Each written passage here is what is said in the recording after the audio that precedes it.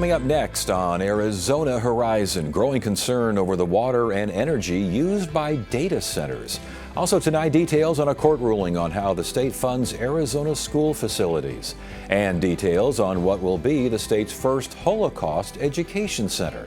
Those stories and more next on Arizona Horizon. Arizona Horizon is made possible by contributions from the Friends of Arizona PBS, members of your public television station. Good evening and welcome to Arizona Horizon. I'm Ted Simons. Big tech data centers are a booming business in the state, but there's growing concern over how much water and energy use these centers require and how that usage could result in higher utility rates. To learn more, we welcome Joanna Allhands, who covers Arizona water issues for the Arizona Republic. Good to see you. Thanks for joining us. Thank you.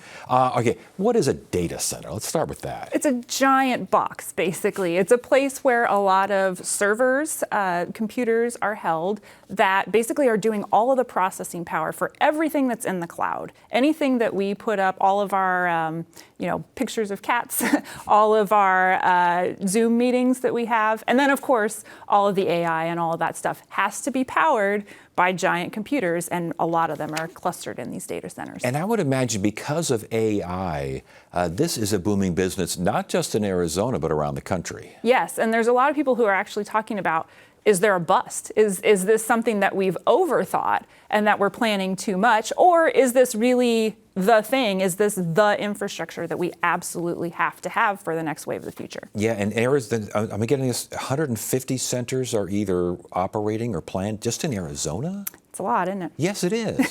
How big are these? I mean, are these shopping mall sized? Are they a Lowe's size? I mean, how big? It depends. There was a project in Tucson called Project Blue, which was proposed but really got rejected. Now the certainty of that is we don't quite know yet. But that was actually going to be bigger than some of the ones that have materialized here in the Phoenix metro area. But even still, they're large, giant warehouse type buildings. And as far as Arizona sprouting these things at an amazing clip here, why? Why Arizona? What's going on here? Well, part of it is, we live in a desert, so there's not a whole lot of hurricanes that come through and that sort of thing. There are clients here. We've got things like TSMC that are building, so there is a need for that kind of infrastructure.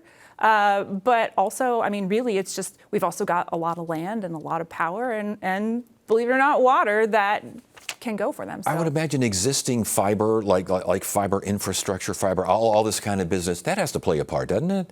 Yeah.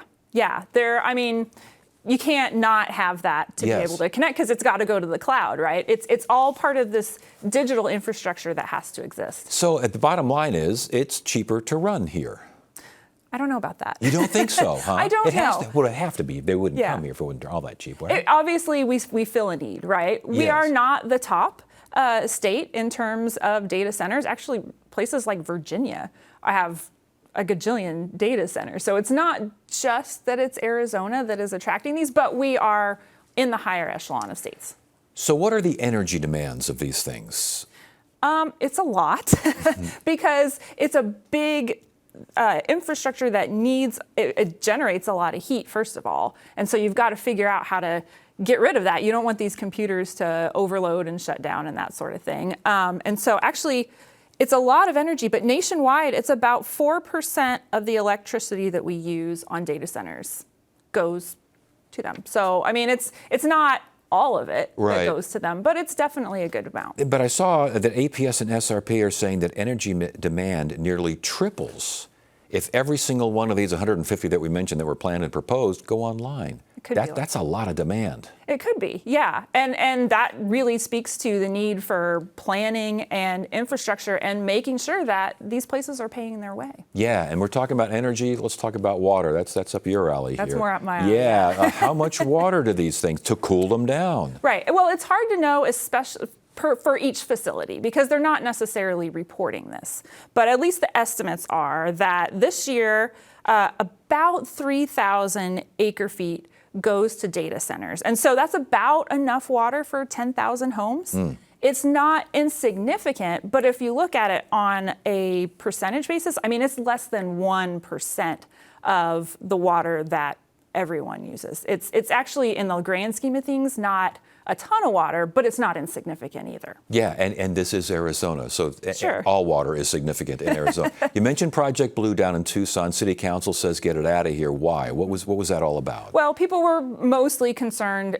There were a lot of concerns, but I think the one that was coming before the Tucson Council, because they were going to have to annex this project to get it into their system. And so in order to do that, that was to be able to provide the water. So a lot of the water concerns came to the city. One of the things, though, that I don't think that people fully understood about that project is that the developers were saying, not only are we going to use recycled water, we're going to click into the system to use water that's already been used more than once, but we're going to replenish every drop. Yes, I saw that too, and I thought that was amazing. Is it possible for them to do that? I don't know how they were going to do it, but I think if someone is proposing that and that was what was in the development Yes. agreement, that would be something that would be, they'd have to do it. And to me, it's like, why don't we do that in Phoenix? Well, I was going to say, are there plans for other folks that are planning these data centers to have that kind of mitigation effort?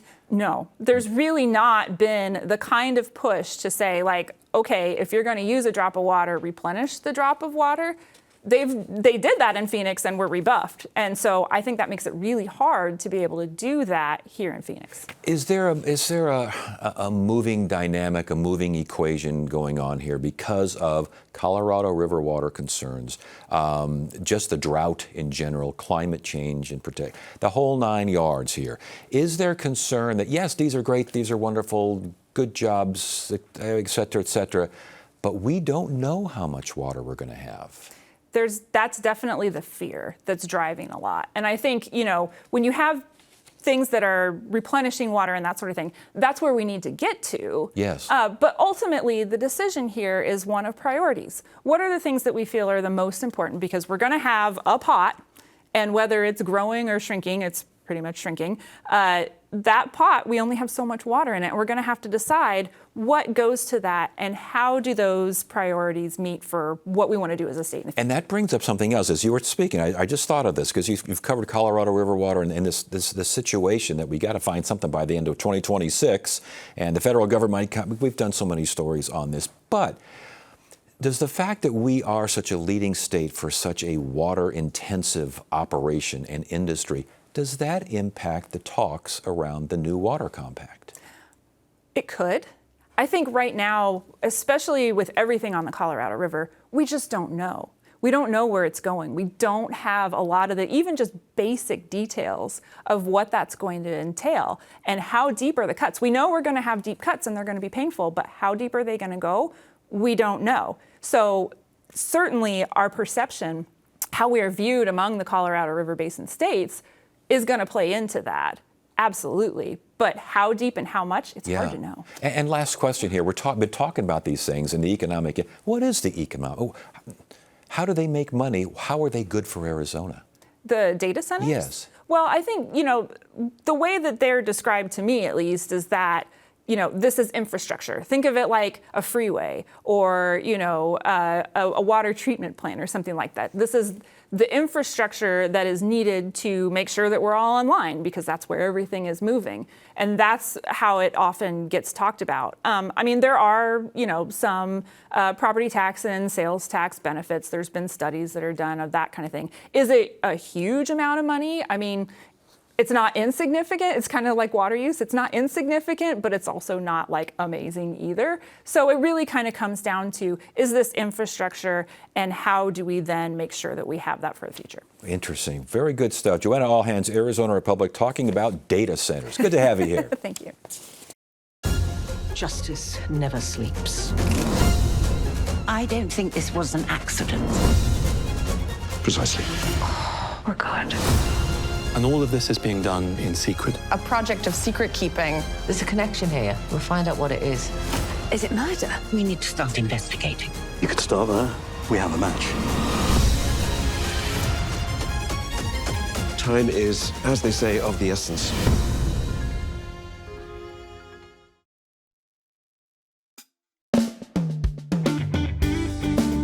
Arizona PBS wants to wish a very happy birthday to our Arizona PBS Kids Club members that are having a birthday. Thanks so much for being a part of the Arizona PBS Kids Club. And if you'd like to see your name here during your birthday month, get a grown-up's help to visit azpbs.org/family to learn about our Arizona PBS family membership. So happy birthday from all of us at Arizona PBS. I'm Amna Navaz. Tonight on the NewsHour, immigration officials once again arrest the man they mistakenly deported to El Salvador. That's coming up at 6 on Arizona PBS. A Maricopa County judge ruled last week that Arizona is violating the state constitution by not satisfying constitutional standards in funding K-12 school facilities. Specifically, the judge ruled that the state legislature has not appropriated enough to pay for the, quote, proper maintenance of educational institutions. Joining us now is Danny Edelman. He's the executive director of the Arizona Center for Law in the Public Interest. Danny, good to see you. It's been a while since you've been on the show. It has been a while. Thanks for having me. But this lawsuit, it's been around a while, and it's been around a while in kind of different connotations, correct? It has. We filed this case in 2017, so it has taken us 8 years to get here. But this case actually follows up on a case that we brought and won back in the 90s, more than 30 years ago. Yeah, that was the biggie, and that had lasted a long time. Okay, talk about the lawsuit, talk about what the judge ruled and why. So our Arizona Constitution requires the state to adequately fund public schools. And a big part of what they need to operate is capital. So people call it the facilities lawsuit, and that's right, because a lot of what it has to do with are facilities. But capital is even broader than that. It's curriculum, it's technology, it's buses.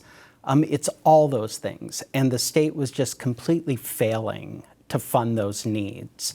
So if you live in a poor district where they couldn't really pass bonds or couldn't pass enough bonds to keep your facilities in good shape, you were probably falling way behind and having all kinds of problems.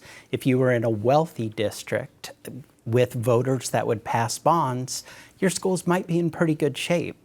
But this disparity and this failure to make sure that every student has the ability to go to a really decent, good school.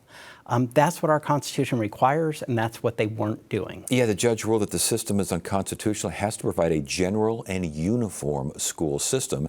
And as you described, that bond issue was a big part of this ruling. It seemed like that was a big focus here because it really does mean two separate systems. It does. I mean, what the Supreme Court said a long time ago is it's the state, under our Constitution, it's the state's responsibility to provide the basics of everything you need to have a good school.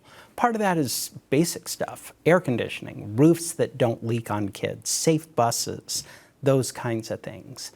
And if a district wants to bond for quote unquote bells and whistles, if they want to have a great performing arts center, they can do that. If the voters are willing to tax themselves for that, that's okay. But the basics the state has to provide, and they weren't doing it.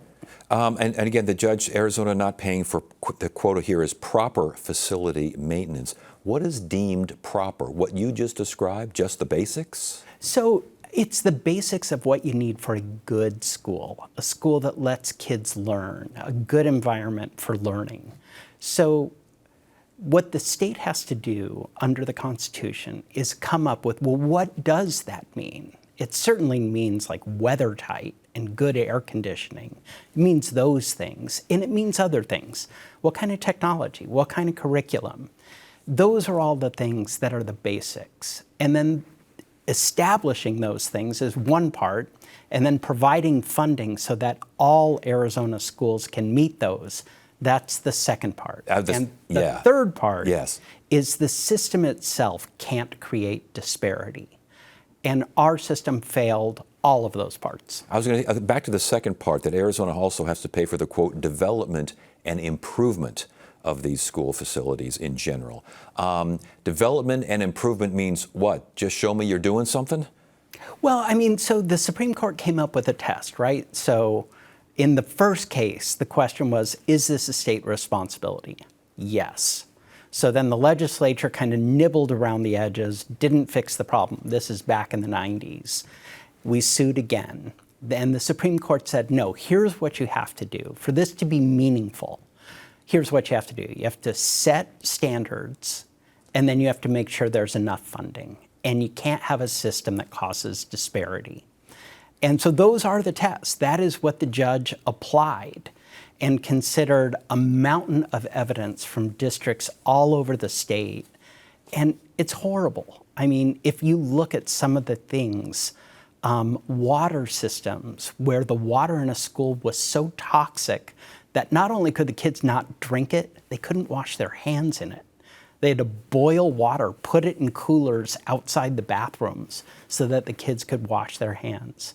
Those kinds of things, roofs that leak for years and years, to where all kinds of other damage occurs, exist throughout the state. The state knows it.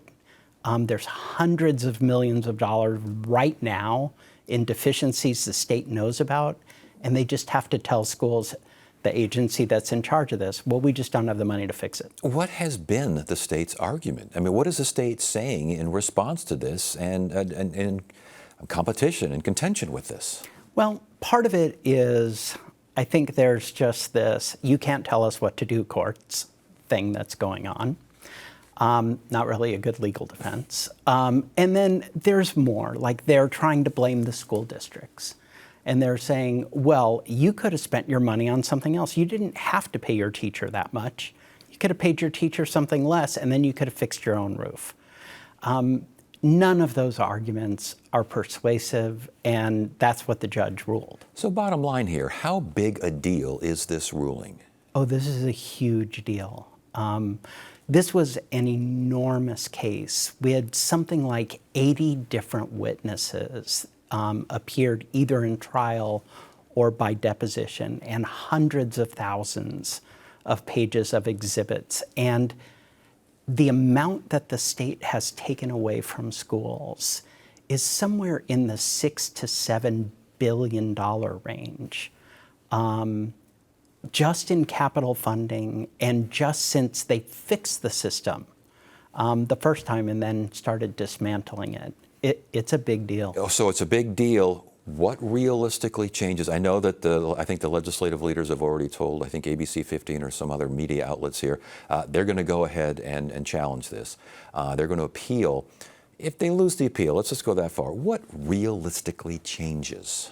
Oh, a lot. I mean, the last time we won this case, the last time they appealed, the last time they lost, the state spent around $1.5 billion to fix up schools. And that was in 1998, 2000, 2001 dollars. Yeah.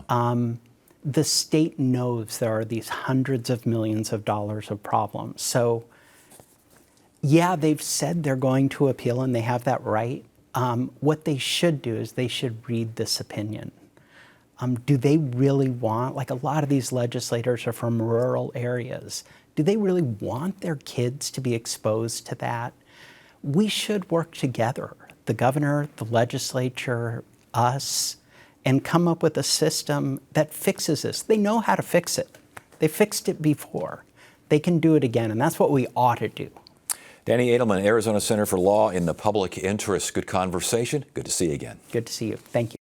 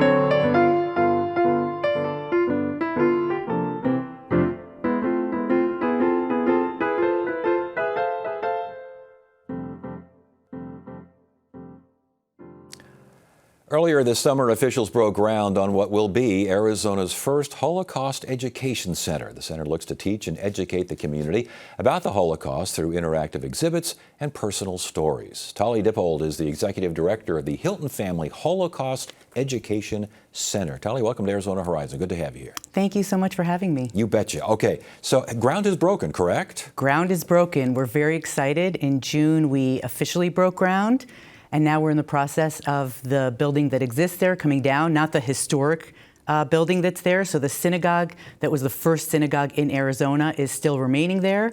We're knocking down the additional building and building a beautiful education center. Let's talk more about where exactly it's located and again, that historical reference you referred to. Yeah, so the original synagogue that's there was built in 1920. Sorry, I don't That's remember okay. It's built a long time ago. How's that? Long time ago, Yeah. 60 years ago. And it is remaining there. We're restoring it. That's going to be the space where students come to learn about the experience. And the building that's coming down is the Education Center. And we're building a 30,000 square foot building where Arizona school children will come to learn. And this is next to the Burton Barr Library? It is. It is directly behind. Directly behind the Burton Barr Library. Okay. Yes. So when did this particular project first take place? I want to say it's been about a decade that it was sort of a dream of the community to have this come to fruition. And then about maybe 3 years ago, Steve Hilton, a community member whose father was a Holocaust survivor, really decided to help push the project along. And he made a donation, $5 million. And from that, the community gained a lot of momentum and excitement. And now the building is really becoming a reality. And I was going to say, the Hilton Family Holocaust Education Center, I was going to ask about the Hilton family and how they got involved. And you're saying his father was a Holocaust survivor. Exactly. His father was a Holocaust survivor. Phoenix has a very large, robust Holocaust survivor community. And the Education Center is going to be sharing the stories of the survivors. We know that there's nothing more powerful for students than hearing from survivors directly. And through technology, we're going to be able to offer that at our Education Center. I was going to say, a home builder, this should be a pretty good constructed building. I think some care could be taken here. Exactly. It's going to be fabulous. Yeah, 2 floors of exhibits and this virtual tech business. What are we talking about here? So it's essentially a lot of opportunities to interact with Holocaust survivors that are no longer with us in some cases. They're holograms. It's not artificial intelligence. So it's these survivors were actually recorded by the USC Shoah Foundation, and they were recorded for an entire week and asked hundreds of questions. And then that was put together so that now students can actually have interactions with the Holocaust survivors by asking questions and learning from them. And you wear like headphones or something, For this, right? you don't even have to. For this, you can just stand in front of the experience. We also have a location where you'll be able to put a headset on, and that will allow you to go on a virtual tour, maybe with a Holocaust survivor, to go see authentic sites where these atrocities occurred. Yeah, the museums these days have to have all that technology because things are moving forward. Absolutely. Funding help from Maricopa County, funding help from the city of Phoenix? Absolutely. We were very, very fortunate. We received $11 million in government funding, and that was to be able to allow Arizona students to come and visit the Education Center free of charge. And individuals, corporations? Absolutely. We have over 1,100 donors at the moment. We're very fortunate, and we're going to be launching our campaign shortly. We're hoping to get over 5,000 donors total because this experience is for the entire community. And so the community has really bought into the experience, and we want them to come and learn and really understand that we have to learn about history in order to move forward. So not fully funded as yet, but getting there. Getting there. And opening when? April of 2027 or by summer 2027. Wow. We'll have a soft opening and then open for school children. And you referred to this, but I want you to give me a better answer here and expound just a little bit because we're running out of time here. Why this is important? The Holocaust Education Center is so critical in the 5th largest city in America. We have over 1 million students in a day and age where hatred is growing at a very rapid pace, and anti-Semitism is just the barometer of the health of a community. We know that all hatred is growing.